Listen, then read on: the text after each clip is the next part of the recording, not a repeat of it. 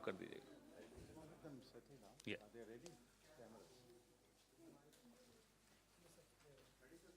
Everybody is ready. नमस्कार साथियों, आज एक महत्वपूर्ण दिन है और मनमोहन सिंह जी के बारे में कहा जाता था कि जब वो बोलते हैं तो पूरा विश्व सुनता है। हमारे साथ पी चिदम्बरम साहब हैं। जब चिदम्बरम साहब बोलते थे तो मनमोहन सिंह जी भी सुनते थे और हम सब तो सुनते ही थे, पूरा देश पूरा विश्व सुनता था।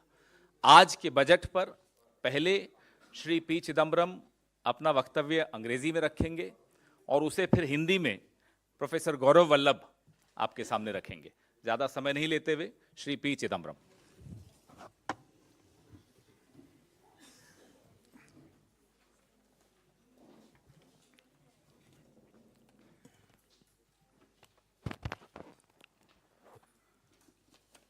Good evening to all of you. As usual, I have a brief opening statement. It will take about 5 to 7 minutes to read it. And after that, Dr. Gaurav Vallabh will give the gist of it in Hindi, and then we'll take questions. The budget for 2023-24 and the budget speech of the Honorable Finance Minister show how far this government is removed from the people and their concerns about life, livelihood, and the growing inequality between the rich and the poor.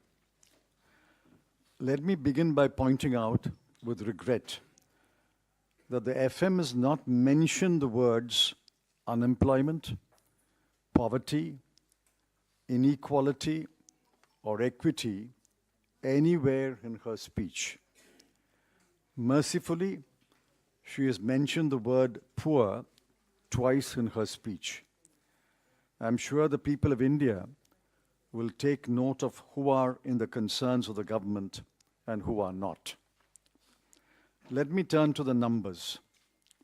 Last year, the government estimated the GDP for 2021-22 at rupees 232,14,703 crore, and assuming a nominal growth rate of 11.1%, projected the GDP for 22-23 at rupees 258 lakh crore.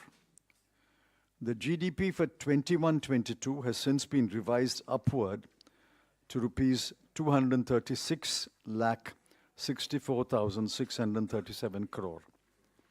In today's budget papers, the GDP for 22-23 has been estimated at rupees 273 7,751 crore, which yields a growth rate of 15.4%, much above the earlier estimate. Given these impressive numbers, real GDP ought to have grown in double digits. Yet the FM and the Economic Survey put the GDP growth at only 7% this year. Will the government explain? The claim of real GDP growth is on the face of lower capital expenditure. Please see the following numbers. In the current year, the BE and RE numbers, capital expenditure was budgeted at 7,50,246 crore. Revised estimate is lower at 7,28,274 crore. Grants for creation of capital assets was estimated at 3,17,643 crore. Revised is 3,25,588 crore. The effective capital expenditure was estimated at 10,67,889 crore, but revised downwards to 10,53,862 crore. Please note that both capital expenditure of the central government and the effective capital expenditure are lower than the budget estimates. So what drove growth in 22-23? We know that private investment is down, exports are down, and private consumption is stagnant. So how does the government explain the 7% growth in the current year? Besides, in 22-23, the growth rates in Q1 and Q2 have been estimated at 13.5% and 6.3% respectively. So we already have 9.9% growth in the first half of the year. If the whole year will only yield 7%, does that mean that Q3 and Q4 will record growth rates of only 4 to 4.5%? For the whole year, therefore, quarterly GDP growth rate is sliding.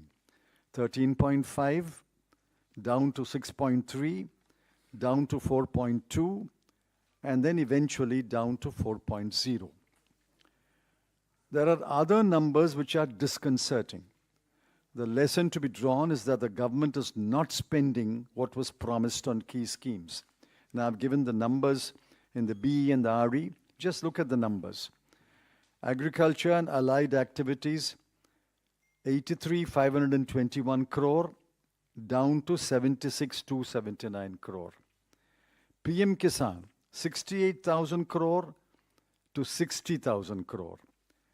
Education, 104,278 crore to 99,881 crore.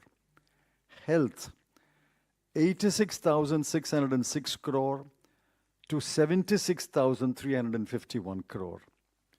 Social welfare, 51,780 crore to 46,502 crore.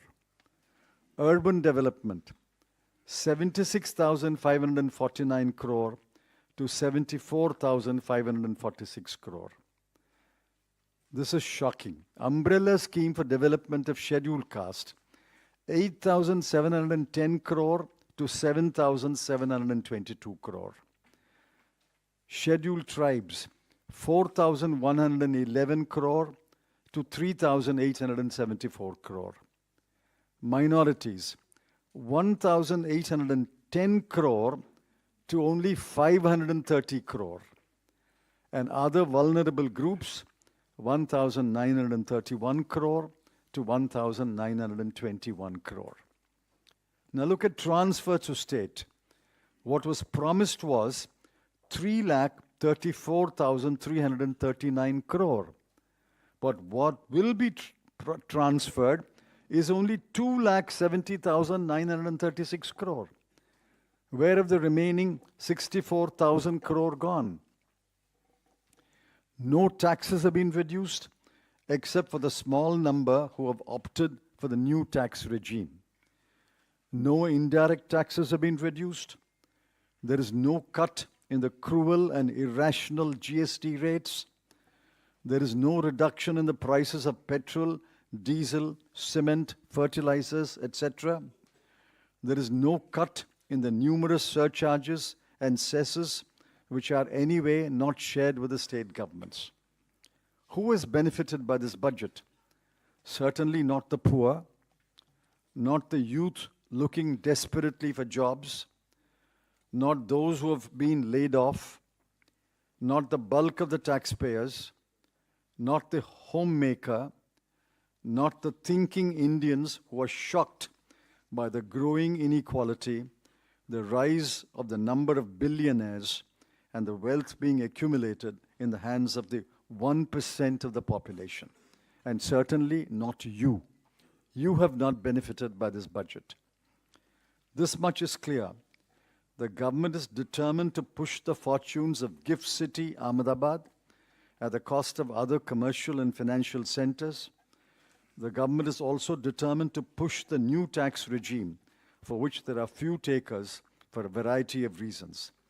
Besides, making the new tax regime the default option is grossly unfair and will rob the ordinary taxpayer of the meager social security that he may get under the old tax regime.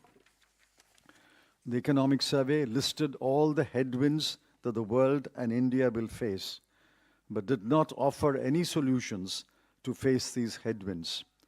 The budget speech did not even acknowledge the headwinds. The government is living in its own imaginary world. 3 stark facts are acknowledged the world over. 1, world growth and world trade will slow down significantly in 2023. For India, it will be 2023-24. 2, many advanced economies will go into a recession. 3, the global security situation, thanks to the Ukraine war and other brewing conflicts, will deteriorate. If all 3 materialized, what will the government do? What kind of burdens will that place on the people who are suffering owing to inflation and unemployment? There were no answers provided either in the economic survey or in the budget speech. This is a callous budget that has betrayed the hopes of the vast majority of the people.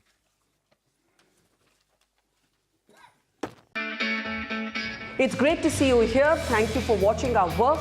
If you haven't subscribed yet, don't forget to click the bell icon and subscribe to Mojo Story and support independent, robust journalism.